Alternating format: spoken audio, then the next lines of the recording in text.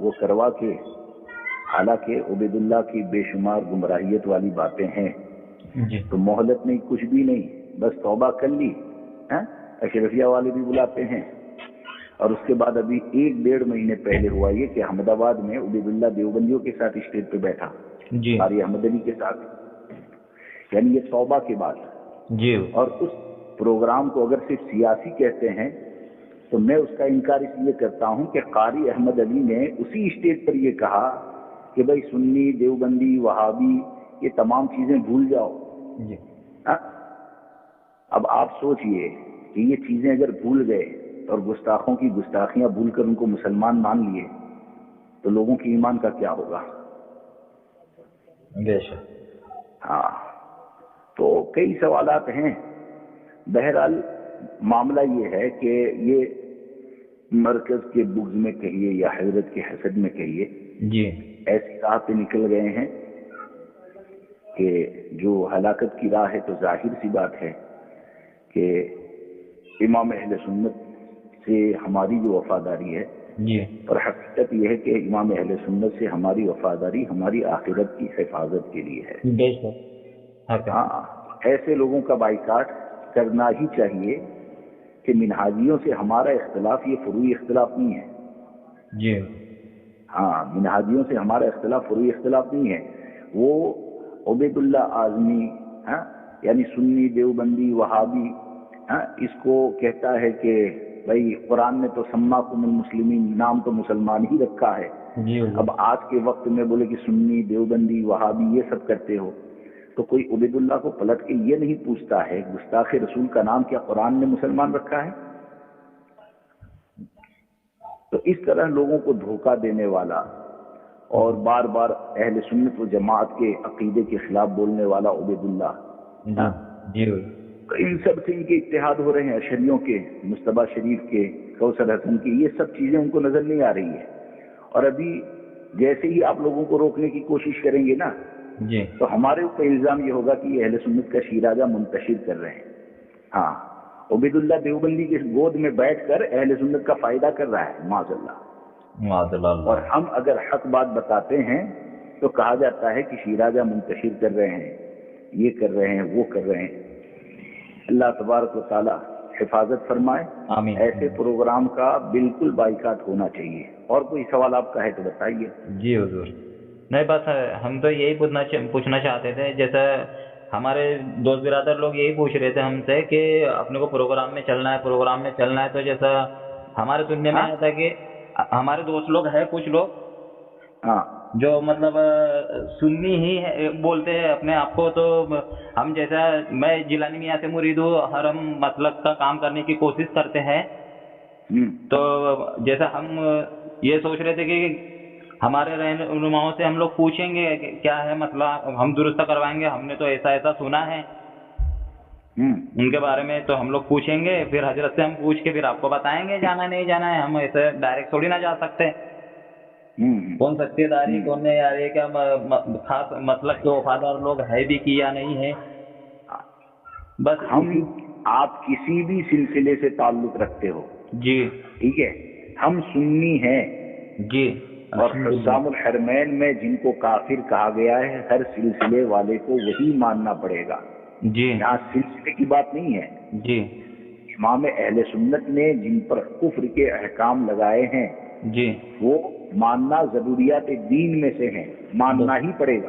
بے شک۔ اب اس میں ڈنڈی مار کے پھر یہ کہ گستاخ صحابہ کے ساتھ بیٹھ جاؤ، اور مسلک اعلیٰ حضرت کا بھی تو چلن ہے نا، یہ نکالا ہے، یعنی صبح شام اعلیٰ حضرت کی تعلیمات کے خلاف کرو، اور پھر یہ کہ مسلک اعلیٰ حضرت کا نعرہ لگاؤ، اور پبلک بیچاری کنفیوز ہوتی ہے کہ مسلک اعلیٰ حضرت یہاں بھی بولا جاتا ہے، وہاں بھی بولا جاتا ہے۔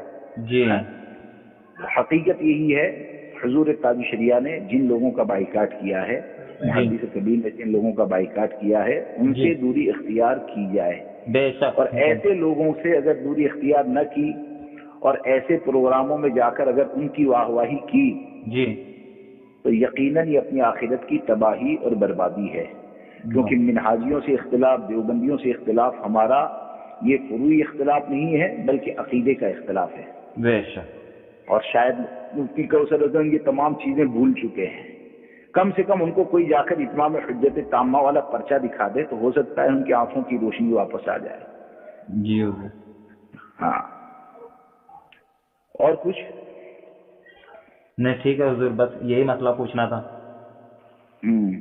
بچیں، جتنے زیادہ لوگوں کو بچا سکتے ہیں بچائیے. جی اللہ تعالیٰ جزائے خیر عطا فرمائے. مخالفت سے نہ ڈریں، سمجھ رہے ہیں. آمین. اگر اکیلے بھی ہو گئے لیکن حق پر قائم ہے تو انشاءاللہ نجات کا ذریعہ ہے. بے شک انشاءاللہ. اور معاذ اللہ اگر وہ نہ رہے نا تو ہزاروں فالوورس ہو جائیں گے تو وہ کیا کریں گے میدان محشر میں؟ کھینچ کے تھوڑی لے جائیں گے جنت میں. بے شک. ہاں تو اپنا کام ہے کریں، سمجھانے کی کوشش کریں. سمجھانا ہمارا کام ہے، جی حضور.